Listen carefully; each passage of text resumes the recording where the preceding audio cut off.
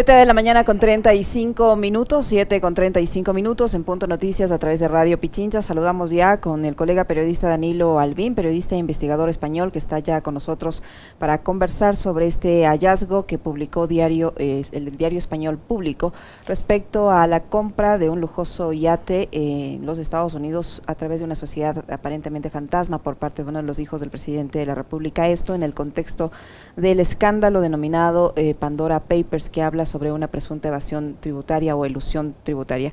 ¿Cómo está, Danilo? Buenos días, bienvenido, gracias por acompañarnos en Punto Noticias a través de Radio Pichincha en Quito, Ecuador.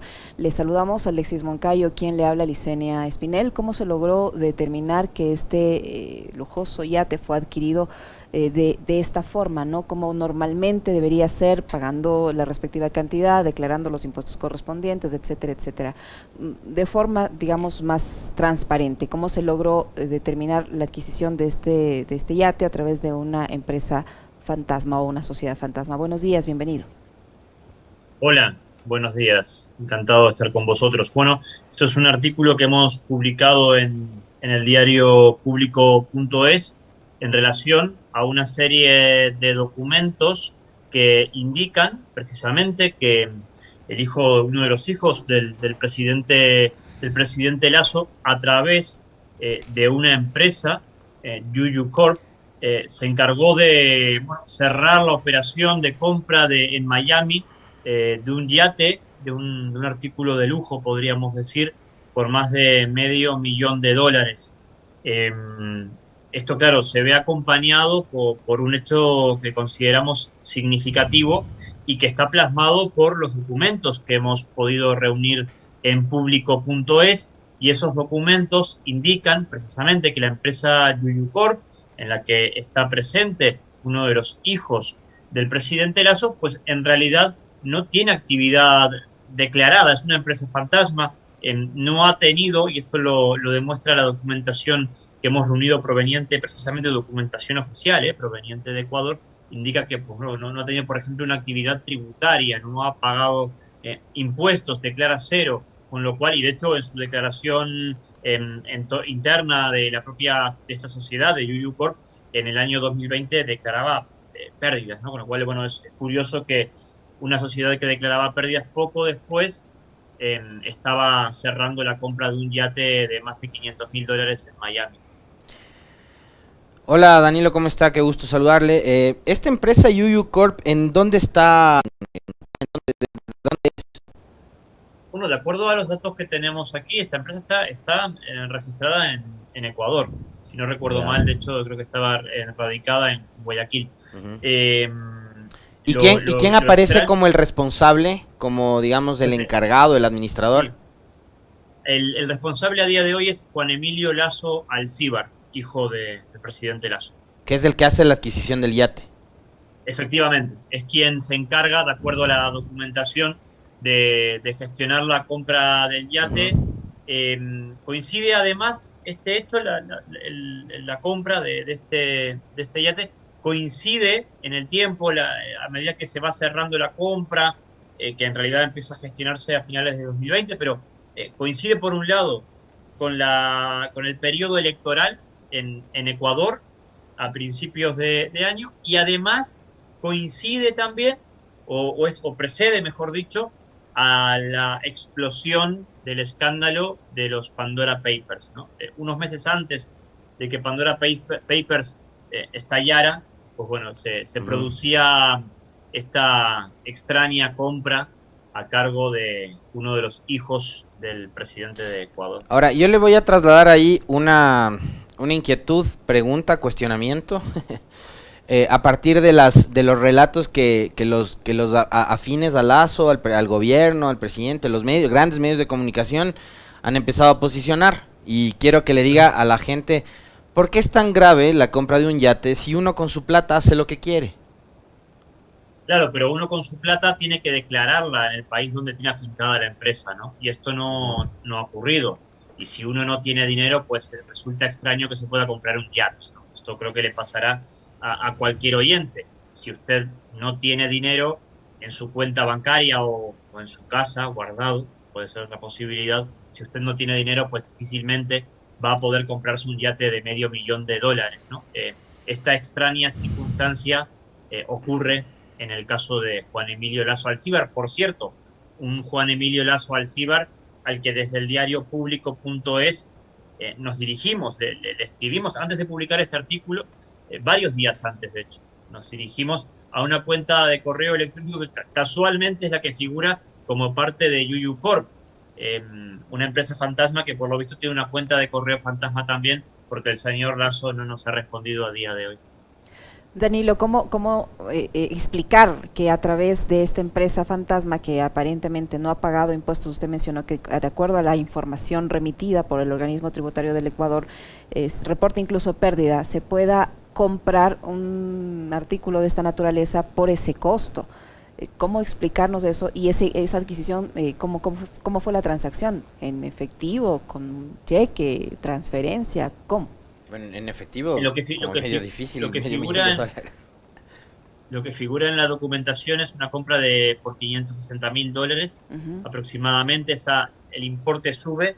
En ningún momento se especifica el método de pago realizado. Sí se especifica que al llegar el yate a Ecuador, esto fue, si no recuerdo mal, en el mes de marzo llega el yate, marzo pasado, a raíz del pago de seguro y de otras cuestiones relacionadas con la llegada al país de los compradores, pues ahí ya se produce un incremento y esto de la operación se va hasta más de $600,000, ¿no?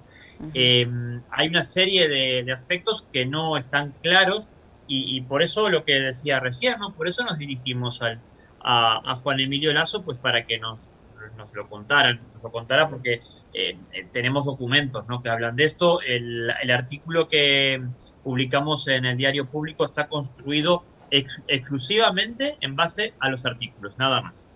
Y sin embargo, bueno, no hemos podido obtener una respuesta por parte del involucrado.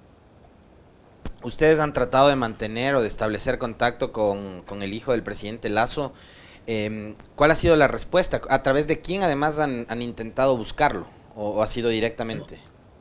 No, a él directamente, a través de los Ajá. datos de contacto que aparecen en YuYuCorp. Ya. Era como una doble comprobación, ¿no? Si YuYuCorp es una empresa que funciona, pues verán el correo electrónico cada poco tiempo, ¿no? O si no es una empresa fantasma. La principal una de las cuestiones principales quizás, ¿no?, que pueda haber varias aquí arriba de la mesa ahora mismo, es qué hace YuYuCorp, qué papel tiene. O sea, esto es una empresa, de qué características, por qué fue creada, con qué finalidad y qué hace a día de hoy, ¿no? Uh-huh. ¿Por qué mantiene el hijo del presidente Lasso, uno de los hijos del presidente Lasso, esta empresa? Y esto creo que es un aspecto importante que se aclare, sobre todo para la propia opinión pública ecuatoriana, ¿no? Que lo pueda conocer, que pueda saber cuál es el alcance de esa empresa y de esta operación en particular, porque tengamos en cuenta la sombra de duda que existe a día de hoy sobre la figura del presidente Lasso en relación a sus actividades mediante un entramado de empresas offshore, ¿no? Esto sería interesante por la propia credibilidad de él, para que se conozca cuáles han sido sus actividades en estos últimos años, en estos últimos meses, tanto por su parte como por parte de su familia más cercana, ¿no?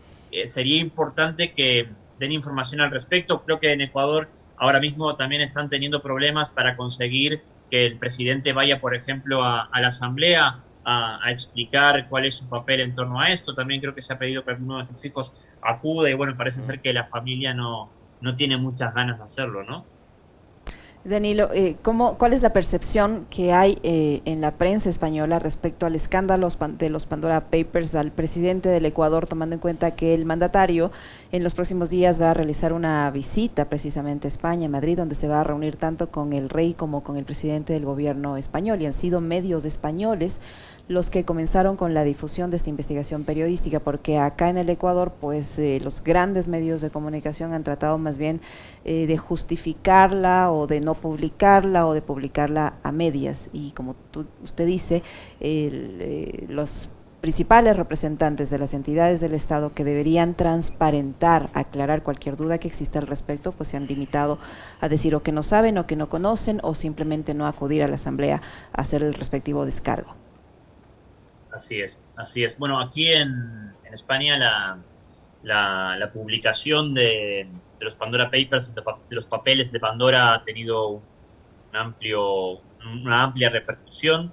Entre otros aspectos, ha tenido una amplia repercusión la aparición de mandatarios como el presidente Lasso en esos papeles. Ujú. Y de hecho en el diario público, cuando otros medios de comunicación dieron a conocer esta información, rescatábamos precisamente que le tocaba esto a Lasso, no es una de las cosas que le tocan a él y que nos acerca a España la historia, es que varios integrantes o personas afines a la red Atlas Network, Atlas Network es una cosa bastante interesante, es una red de lobbies a nivel internacional, muy de derechas, muy capitalistas y falsamente denominados libertarios, con esa concepción, entre comillas, libertaria que roza la ultraderecha. En esa red, en Atlas Network, está el presidente Lasso, él tiene una vinculación directa con esa plataforma que aquí en España tiene una relación directa, por ejemplo, la Fundación FAES del expresidente José María Aznar. Está vinculada también la presidenta de Madrid, Isabel Díaz Ayuso, del Partido Popular, gente muy conservadora, la que estoy mencionando ahora mismo. Ellos están en relación con el presidente Lasso. De hecho, bueno, participaron en un acto que hubo en torno a su asunción como presidente, y ahora vemos cómo hay figuras de la red Atlas Network, entre ellas Lasso, que aparecen vinculadas a los Pandora Papers, ¿no? Con lo cual, bueno, vemos que hay algunas cosas que se juntan. Estos personajes de Atlas Network, entre los cuales no solo están presidentes o políticos, sino también figuras como Vargas Llosa, que es el presidente de la Fundación Internacional para la Libertad. ¿Qué representan, Danilo? O sea, ¿qué modelo de gobierno, qué modelo de poder, qué es lo que representan y cuáles son las intenciones además que tendría esta organización Atlas Network en nuestra región, en Sudamérica, en América Latina? Bueno, en Sudamérica, en América Latina, Atlas Network está patrocinando el regreso a los gobiernos de las fuerzas más conservadoras, ¿no? Porque son las que de manera muy amable consienten las intenciones del capital más voraz, ¿no? Que es a quien representa además la red Atlas Network. Existe esa relación. Ellos, por ejemplo, Atlas Network a día de hoy tienen especial interés en Ecuador por el presidente Lasso, por lo que significa Lasso, y también tienen, por ejemplo, especial interés en Uruguay con la victoria allí del Partido Nacional y con la presidencia de la calle Pou, ¿no? Son como figuras en el ámbito de América Latina bueno, que son respaldadas por Atlas Network. También han visto con simpatía a Keiko Fujimori. Esto viene también por el lado de la participación en Atlas Network, como bien decías recién, de Mario Vargas Llosa y de su Fundación Internacional para la Libertad, ¿no? Uh-huh. En América Latina están muy interesados, como decía, en Ecuador, en Uruguay, en Perú, en México con una posición muy de ataque furibundo contra el gobierno, y esto lo vimos hace algunos días cuando surgió el debate sobre si España debía pedir perdón o no por lo que significó la muy mal llamada conquista, ¿no? Y bueno, evidentemente gente como José María Aznar, como la presidenta Ayuso que nombraba recién de la Comunidad de Madrid, o como, por ejemplo, el propio Vargas Llosa, pues dijeron que no, ¿cómo van a pedir perdón? Al contrario, que tenían que estar agradecidos prácticamente. Uh-huh. Eso es parte también del discurso de la red Atlas Network. Ahora, Danilo, esa red lo que hace es, digamos, edulcorar o maquillar sus discursos, digamos, para mostrarse al mundo, a la opinión pública, como lo que realmente no son y no representan, porque ellos hablan mucho de erradicar las brechas, de erradicar la pobreza, de las nuevas oportunidades, hablan mucho del emprendimiento, ¿no? De este momento que está viviendo el mundo entero en realidad, ¿no? Donde uno le incentivan al ciudadano a ser su propio jefe, a emprender y de tales. pero detrás de ellos hay toda esta estructura financiera oscura que son los paraísos fiscales. Entonces, digamos, ellos construyen unos relatos que les hacen, digamos, o que les ayudan a mostrarse a la opinión pública, al mundo entero, como que si fueran los grandes salvadores de las sociedades, cuando en realidad lo que hacen es ocultar sus grandes fortunas y evitar el pago de impuestos en sus propios países y llevarse a otros destinos la plata, ¿no? Claro, sí, sí, efectivamente. De hecho, si hace poco ocurrió además que la red Atlas Network hizo una especie de lavado de imagen y a través de su página web, han ocurrido dos cosas en su página web. Por un lado, han cambiado la imagen y uno entra ahí y parece que es una ONG, ¿no? O sea, intenta adquirir como el papel de ONG, bien, por el lado que tú bien decías, ¿no? De fomentar el emprendimiento, la actividad económica, pero todo esto es un disfraz, o camufla un discurso ultraconservador, ultracapitalista, de marcado carácter anticomunista, pero similar a un discurso que podríamos haber visto en América Latina quizás en los años 70, por ejemplo, una cosa muy así. Y al mismo tiempo han hecho otra cosa curiosa que ha sido impedirnos que podamos ver quiénes son las organizaciones que forman parte de Atlas Network en los diferentes países donde están presentes de varios continentes. Hasta hace poco se podía entrar y podíamos ver quiénes eran en Ecuador, por ejemplo, que ahí veíamos que era la gente pues afín a Lazo. Podíamos ver que en España hay desde ultracatólicos hasta la Fundación FAES de Aznar. Pues bueno, ahora han cortado eso, ahora dicen que están en muchos países, hay un mapa, pero ya no podemos ver quiénes son los componentes de esas fundaciones que pertenecen a Atlas Network. Danilo, ¿qué opinión tienen en España la prensa respecto al tratamiento periodístico que se ha dado al tema en el Ecuador, que se ha dado al tema en Chile, y al tratamiento en sí de esta investigación con las consecuencias que esto deriva y la afectación que esto puede generar a la transparencia, ¿no? Porque estos gobiernos o los mandatarios que han sido salpicados en este escándalo se presentaron como gente honesta, como gente transparente, como gente que va a luchar contra décadas de corrupción, y estamos viendo que al menos no hay transparencia. Claro, sí, sí. De hecho, bueno, estamos viendo cómo lo que ocurre es exactamente todo lo contrario, ¿no? Cómo aparecen escándalos que vinculan a esos mandatarios, ¿no? Hay un interés muy especial a día de hoy en España, por ejemplo, en ver qué ocurre o cómo evolucionan los gobiernos de derechas, pero claro, ya no es esto creo que le asemeja en algunos casos a lo que ocurrió en España, ¿no? Con el Partido Popular, que es, por un lado está el discurso, está la acción, está Atlas Network y su guión, pero por otro lado está también lo que ocurre o lo que hacen esos mandatarios, ¿no? Está lo que ocurre y lo que hacen esos mandatarios, por ejemplo, en materia de actividades económicas privadas, como puede ser el caso del presidente Lasso y su red de cuentas offshore. Esto creo que hay como un doble papel, ¿no? Muchas veces de los partidos de derechas, y lo estáis viendo claramente ahora mismo en Ecuador. Hay un tema muy interesante que encuentro en una de las notas que ha elaborado Danilo, que le cita además a nuestro buen amigo Julián Macías, que es un conocedor del mundo digital. Y él encuentra, digamos, la vinculación de esta organización que mencionaba hace un momento Danilo, que es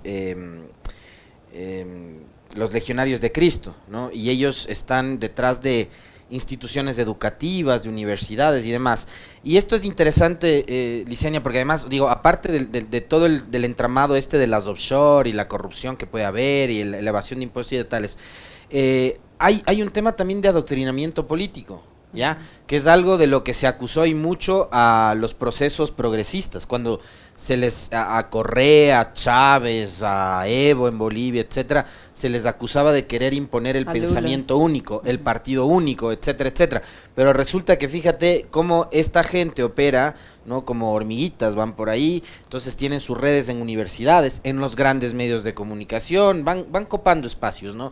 Y empiezan a adoctrinar a la gente y empiezan a tratar de imponer un pensamiento. Y eso es lo que ha pasado acá. Yo no sé si en Chile con Piñera ha sucedido lo mismo, no sé si en España la gente está opinando lo mismo, Danilo, con respecto de lo que pasa, digamos, en torno a los personajes que están involucrados en esta investigación. Pero acá los simpatizantes de Lasso, los grandes medios, lo que han dicho es más o menos lo que mencionaba yo hace un momento, ¿no? El hombre puede hacer con su plata lo que quiera. El problema es que ahora no es un ciudadano más del montón, pues ahora ya no es ni siquiera candidato, es presidente de la República. Y es ese presidente, ese mandatario que se da la vuelta al mundo. Ahora, de hecho, está por Europa, 10 días va a estar por allá. Habla con empresarios, con inversionistas a los que les pide traer capitales de Ecuador. Entonces, yo digamos, lo primero que me cuestiono es, un inversionista extranjero, lo primero que le va a decir al presidente de Ecuador es, pero si tú apareces en la lista de los Pandora Papers, no tienes la mitad de tu fortuna en Ecuador, ¿cómo me pides que yo lleve mis inversiones a tu país? Entonces, esos discursos se reproducen también en España, Danilo? La gente dice, sí, pero es que es su plata, puede hacer lo que quiera. ¿Le justifican estas acciones de estos personajes que aparecen en las investigaciones o no? No, yo creo que aquí ha habido, en términos generales, se produjo con el gobierno de Mariano Rajoy precisamente. De hecho, bueno, esta semana hemos visto cómo se producía un pronunciamiento judicial que volvía a recordarnos la vinculación del PP con determinadas tramas de corrupción, ¿no? Una serie de escándalos. Y aquí yo creo que todo aquello que acabó, fíjense, acabó con una moción de censura a Rajoy y la salida de la derecha del gobierno, ¿no? Tras un desgaste brutal. Aquí yo creo que ya hay una serie de conceptos que a grandes rasgos, bueno, están instalados ya en la sociedad, y es que hay determinados puntos, ¿no? Que hay como determinadas barreras que no deben pasarse. Y la corrupción o la claridad es una de ellas, ¿no? Y sobre todo la claridad por parte de los representantes públicos. Y esto, bueno, se pide mucho a día de hoy, y al Partido Popular le pasó una factura tremenda, que fue salir del gobierno con una moción de censura en el Congreso y luego perder 2 veces, de hecho, unas elecciones, ¿no? Con lo cual, bueno, es algo significativo, ¿no? No sabemos hasta qué punto la corrupción, o solamente la corrupción, pueden haber implicado esa derrota electoral del Partido Popular, pero sí está claro en el año 2019, pero sí está claro que fue un factor clave, ¿no? Danilo, ¿tienen previsto hacer más publicaciones que revelen estos entramados de utilización de empresas fantasmas en los próximos días? No necesariamente relacionadas con el presidente de Ecuador, pero ¿tienen previsto realizar más trabajos de este tipo? Bueno, nosotros seguimos trabajando, quiero decir, no es una cuestión que hayamos hecho de forma puntual o casual. A nosotros en el diario Público.es nos interesa mucho la realidad de América Latina, nos interesa informar sobre lo que ocurre en América Latina, y sobre todo nos interesa informar sobre lo que otros medios no informen, tanto en América Latina desde sus propios países como desde fuera, ¿no? Queremos aportar nuestro grano de arena a favor del conocimiento, de la información, de la posibilidad de la ciudadanía de poder conocer lo que hacen sus representantes públicos, ¿no? Con lo cual seguiremos trabajando en esta línea, claro. Ahora, una de las cosas que más llama la atención, Danilo, es obviamente la opacidad con la que se maneja esta información, ¿no? Acá, como usted bien señalaba, el presidente Lasso ha dicho que no va a ir a la asamblea, no acata el llamado del primer poder del Estado, que es el Parlamento, para responder las preguntas que tienen los legisladores. Entonces hay una opacidad que de hecho ha copado otros espacios. Ayer conversábamos aquí sobre el accionar bastante dudoso de quienes hoy están al frente del Banco Central, del Servicio de Rentas Internas, de la Superintendencia de Bancos, de la Contraloría, etcétera, etcétera, que están como ayudando a encubrir toda esta información, ¿no? Y no revelar todo lo relacionado con el patrimonio que tendría el presidente de Ecuador. La duda es, ¿a cuánto asciende realmente la fortuna de Lasso y cuánto de esa fortuna tiene él en paraísos fiscales, afuera de la economía de Ecuador? Ustedes han revelado un dato que es súper interesante, ¿no? La compra de un yate por más de $500,000. O sea, eso nos puede a uno ayudar a entender la magnitud de la cantidad de recursos que probablemente el presidente de Ecuador, uno de los banqueros más importantes que tiene el país además, puede tener afuera de la economía del país. Y quisiera también preguntarle, por un lado, o sea, digamos, a manera de presunción, ¿hay o no hay datos que nos puedan ayudar a llegar a esa suma de la fortuna que tiene el hombre afuera? Y lo otro es, ¿cuál es el nivel de afectación que provoca que esta gente se debe tal cantidad de plata afuera de nuestras economías, ¿no? Una economía como la ecuatoriana que necesita, además del dólar, circulando para que este sistema monetario pueda sostenerse. Claro, es interesante por dos cosas eso, ¿no? Es interesante por la incidencia en la economía o solamente en la economía, ¿no? Eso es una cosa interesante. Aquí es otro tema que se ha hablado mucho, de lo que significa para las arcas del Estado, por ejemplo, la evasión fiscal por parte de clase política, clase económica o a grandes empresarios, ¿no? En el caso de España. Por otro está la rendición de cuentas y qué consecuencias políticas puede tener esto, ¿no? ¿Qué consecuencias políticas puede tener la aparición en los papeles de Pandora? ¿Qué consecuencias políticas puede tener este caso en concreto de la compra de un yate a través de una sociedad, al parecer fantasma, a nombre de uno de sus hijos? ¿Y qué papel ha tenido él, y me refiero concretamente al presidente Lasso, en los últimos acontecimientos que puedan haber ocurrido en relación a ese entramado de empresas, ¿no? Quiero decir con esto que no solamente se trata de que nos remontemos a hace 15 años, sino que también podamos ver las actividades recientes del mandatario y, claro, ver qué pasa cuando llega al gobierno y si hay responsabilidades que sean asumidas por la familia, ¿no? O por otras personas allegadas a Lasso. Creo que hay una serie de dudas que por el propio bienestar de la democracia ecuatoriana sería muy importante que se aclaren, ¿no? Danilo, ya en otro tema, ¿hay expectativa por la visita del presidente de Ecuador a España? ¿Se conocen los puntos, los temas que se van a conversar con las autoridades españolas? Acá la versión que han dado las autoridades es que se va a hablar sobre el tema de la visa Schengen, un asunto que está prácticamente muerto, pero ¿hay expectativas? ¿Se conoce más información sobre esta visita ya? No, estamos pendientes a ver cómo se van a desarrollar los acontecimientos, qué nos va a contar también el gobierno español cuando transmita el contenido. Esto es parte también de la agenda del presidente del gobierno, de Pedro Sánchez. Creo que sí es interesante tener en cuenta, ¿no?, por lo que ha ocurrido en estos últimos meses, que Guillermo Lasso ya ha dejado claro quiénes son sus amigos en España, ¿no? Y a quiénes quiere ver él en el gobierno.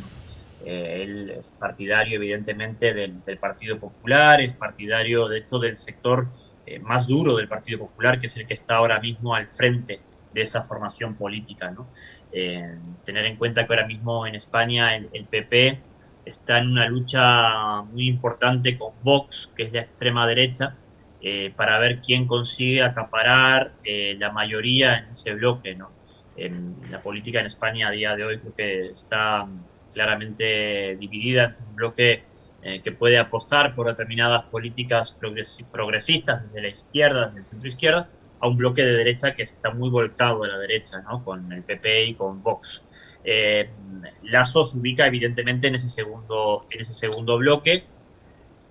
A día de hoy hay pocas cosas en las que podrían llegar a estar de acuerdo en principio el Lasso y Pedro Sánchez, y sobre todo el Lasso y el gobierno de España, ¿no? Porque hay que tener en cuenta también que el gobierno de España, no es solamente el PSOE, es el PSOE y es también Unidas Podemos, que está presente en el gobierno. Unidas Podemos es una coalición de izquierdas conformada por Podemos, un partido de la izquierda española, un partido de la nueva izquierda española, junto a Izquierda Unida, que es la izquierda tradicional, representada principalmente por el Partido Comunista de España, la izquierda histórica. Con lo cual esta coalición Unidas Podemos está presente en el gobierno y también incide en sus políticas, lo cual le aleja aún más al gobierno de España de lo que pueda significar el gobierno de Ecuador. Uh-huh. No sé si tienes más inquietudes, Alexis. Muchísimas gracias, Danilo, por su tiempo, por la información que nos ha proporcionado durante este diálogo, por habernos acompañado a pesar de la diferencia horaria entre Ecuador y España. Muy amable, muchísimas gracias a Danilo Albín, periodista e investigador del diario español El Público. Muchísimas gracias.